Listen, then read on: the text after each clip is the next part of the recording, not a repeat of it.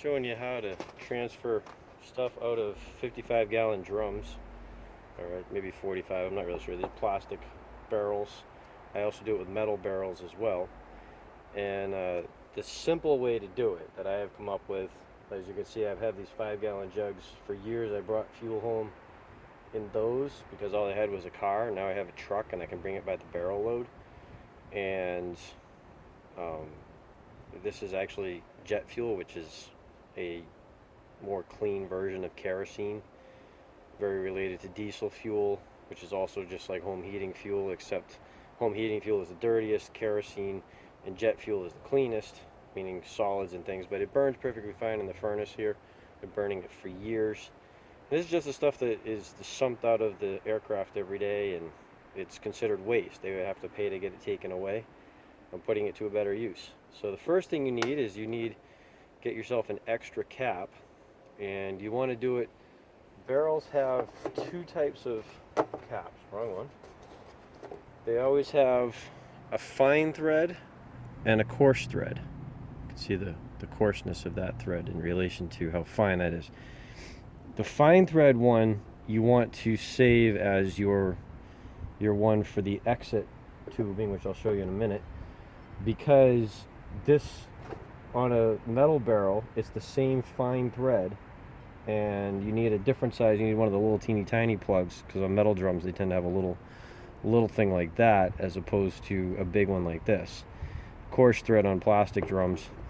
So you need to get yourself another coarse thread one. You can buy them online as far as I know. And then the whole thing that you do is you're going to take a step drill, like you can see here, and you're going to drill in right through until you get the right size hole. Now, when you buy these, this is what there's. It's just a tubeless tire valve. It's what your car, your trailer, and they even show other things here that all use them. They come with a different size hole. These I'm just giving you for reference. I got these at Tractor Supply, Amazon, Home Depot maybe. A lot of places, automotive would have them usually as well. Go to a tire shop and they pull them out and throw them away and put a new one on whenever you get tires mounted. They might give you the old ones for free. So you're going to have to drill a hole that fits that. Now what that is, you're going to have to very carefully. This one is actually a smaller one. I just don't have the package for it anymore. But through basically going and then putting this up there, I figured out this is the right size.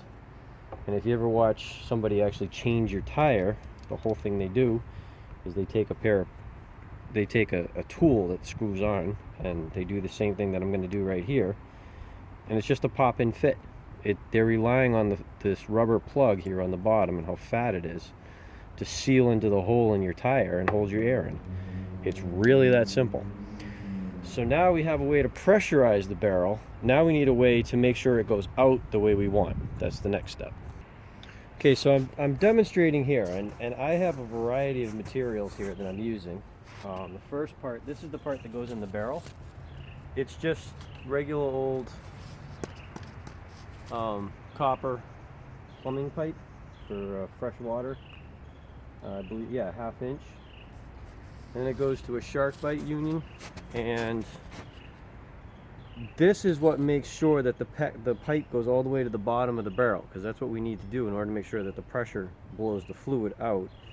And I use this just to make a transition, because if you have metal pipe, the plastic wants to curl up and bend and doesn't go to the bottom. Copper because of its weight and just how rigid it is, it drops straight to the bottom.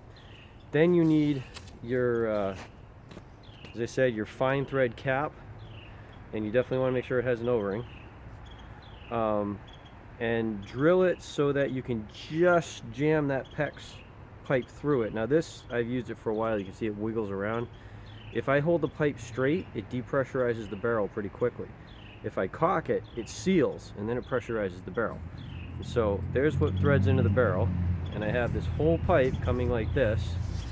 And then because I use it in a variety of different places, sometimes I'm doing this out of the back of my truck as opposed to my backyard. I have another place I put fuel as well.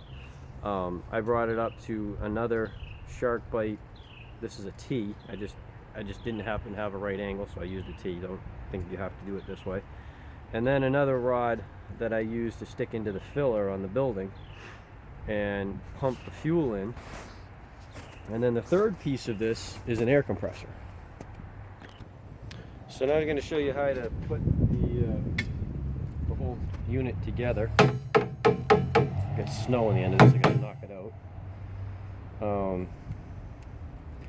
Then it's just simply a matter of inserting copper pipe down in and threading in this cap good enough so you know it's going to hold air. It doesn't have to be super tight, but believe it or not, this will only see maybe, I don't know, 6 or 7 psi according to the gauge on my air pump, which I'll show you in a minute. So then, with that threaded in, I know the copper pipe's going to the bottom. I'll stick it into the filler on the building. There you can see there's the other end of the pipe going down into the filler on the side of the building. It's fairly tall. I have to use a step ladder when I used to siphon those 5-gallon drums in. But the height doesn't matter. As long as the pressure is blowing it out of the barrel and up through the hose, it will go just fine. Now for tightening the caps on the barrels, this is the coarse thread hole with the valve stem piece. Just a pair of channel locks. These are cheapos. I don't even know, probably Walmart. Or who knows what. They might have come from a dollar store for all I know. I don't even know where I got them. But that right there is the best, unless you're going to buy the real tool, which is cheap, for tightening these down and loosening them.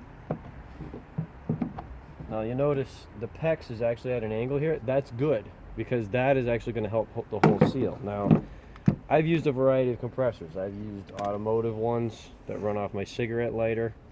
I have a plug-in one that I've used, but it has to have this type of end on the hose, the kind with the bicycle pump type of thing that clips on. It can't be the type that you just press, because you have to stand here and press it the whole time, which is a major pain. So you clip that on. This is my nice Makita one. But anything works.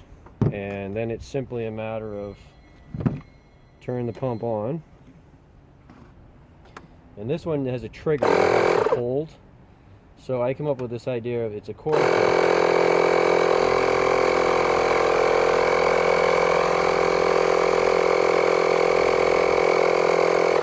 Now the barrel will pressurize, and pretty soon oil will start flowing, and as long as I keep it pressurized, the oil will continue to flow. It's a pretty nice thing about it, and like I said, it only takes a few psi to make this work. Don't worry about exploding a barrel. I've done it many times. You're not going to explode a barrel, but it will blow the fluid out. And the nice thing is, once this empties, that pipe, the PEX pipe that you have sticking up in the air, will start jumping around when it starts blowing bubbles at the bottom of the barrel. And it's a very good indicator that it's at the bottom and it's ready to stop. Maybe tip it, get the last of it out. And the copper pipe will make sure that it stays all the way down in the barrel. And that right there is the easiest way I've found to transfer, much better than those old 5-gallon jugs I used to use.